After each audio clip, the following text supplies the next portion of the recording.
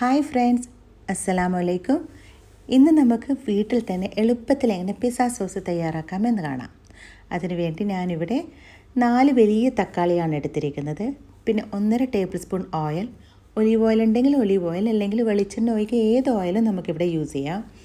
1 teaspoon crushed chilli, 1 teaspoon Kashmiri chilli, 3/4 teaspoon oregano, 1 teaspoon പഞ്ചസാര, ആവശ്യത്തിന് ഉപ്പ്, പിന്നെ ഒരു ചെറിയ ഉള്ളിയും ഒരു ഗാർലിക്കും. ഇനി നമുക്ക് ഉള്ളി നല്ല ഫൈനായിട്ട് ചോപ്പ് ചെയ്തെടുക്കാം. ദാ ഇതുപോലെ.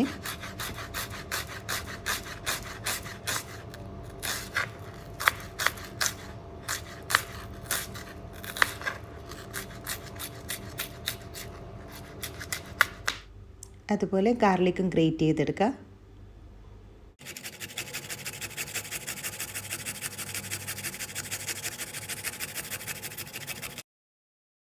ശേഷം നമുക്ക് തക്കാളി ഒന്ന് പ്യൂരി ചെയ്തെടുക്കാം.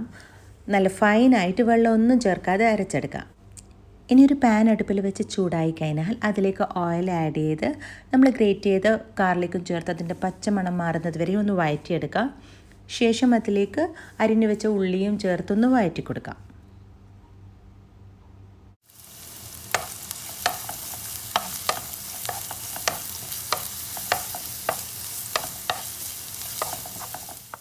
തീ ഒന്ന് വളരെ സിമ്മാക്കി ഇനി ഇതിലേക്ക് കാശ്മീരി ചില്ലി ആഡ് ചെയ്ത് ഒന്ന് വഴറ്റുക.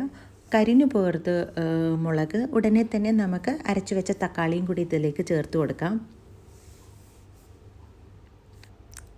കാശ്മീരി ചില്ലി ആഡ് ചെയ്യുന്നത് പിസ്സ സോസിന് ഒരു നല്ല കളർ കിട്ടാൻ വേണ്ടിയിട്ടാണ്. ഇനി നല്ല പോലെ ഇതൊന്ന് ഇളക്കി എല്ലാം പാടെ കൂടെ ഒന്ന് മിക്സ് ചെയ്യുക. ഈ തക്കാളിയിലുള്ള വെള്ളം വറ്റുന്നത് വരെയും നമുക്കിത് അടുപ്പിൽ വെക്കണം. ഏകദേശം ഒരു 20-25 മിനിറ്റ് വരെ എടുക്കും. അപ്പോൾ ഇതൊന്നും എല്ലാം പാടെ കൂടെ ഒന്ന് മിക്സ് ചെയ്തതിന് ശേഷം നല്ല പോലെ ഫുൾ ഫ്ലെയിമിൽ വെച്ചിട്ട് തിളപ്പിച്ചെടുക്കാം.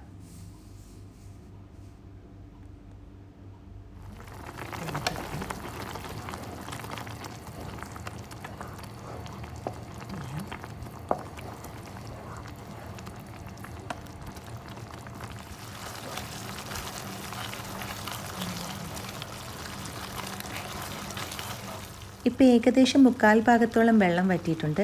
ഈ ഒരു പാകം ആയിക്കഴിഞ്ഞാൽ നമുക്കിതിലേക്ക് ചില്ലി ഫ്ലേക്സും കൂടി ആഡ് ചെയ്ത് നല്ല പോലെ ഇളക്കി യോജിപ്പിച്ച് കൊടുക്കുക.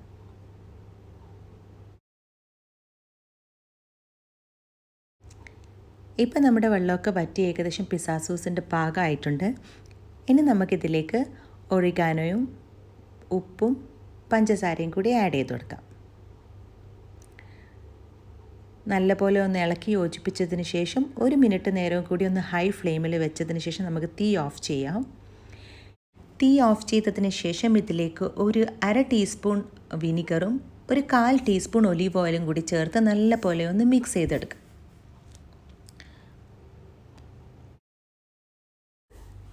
അങ്ങനെ നമ്മുടെ പിസ്സ സോസ് ഇവിടെ റെഡി ആയി കഴിഞ്ഞു. വളരെ സിമ്പിൾ ആൻഡ് ഈസി ആയിട്ടുള്ളൊരു റെസിപ്പിയാണിത്. വീട്ടിലുള്ള ഇൻഗ്രീഡിയൻസ് വെച്ചിട്ട് വളരെ എളുപ്പത്തിൽ തയ്യാറാക്കാൻ പറ്റുന്നതേ ഉള്ളൂ. അപ്പോൾ നിങ്ങളെല്ലാവരും ഇതൊന്ന് ട്രൈ ചെയ്ത് നോക്കി നിങ്ങളുടെ അഭിപ്രായങ്ങൾ എന്നെ കമൻസിലേക്ക് കൂടി അറിയിക്കുമല്ലോ. അപ്പോൾ ഇൻഷാ അല്ലാഹ് അടുത്ത വീഡിയോയും റെസിപ്പിയുമായി വീണ്ടും കാണുന്നത് വരെ take care and stay blessed. പിന്നെ എപ്പോഴും പറയുന്നത് പോലെ stay home, stay healthy and stay safe.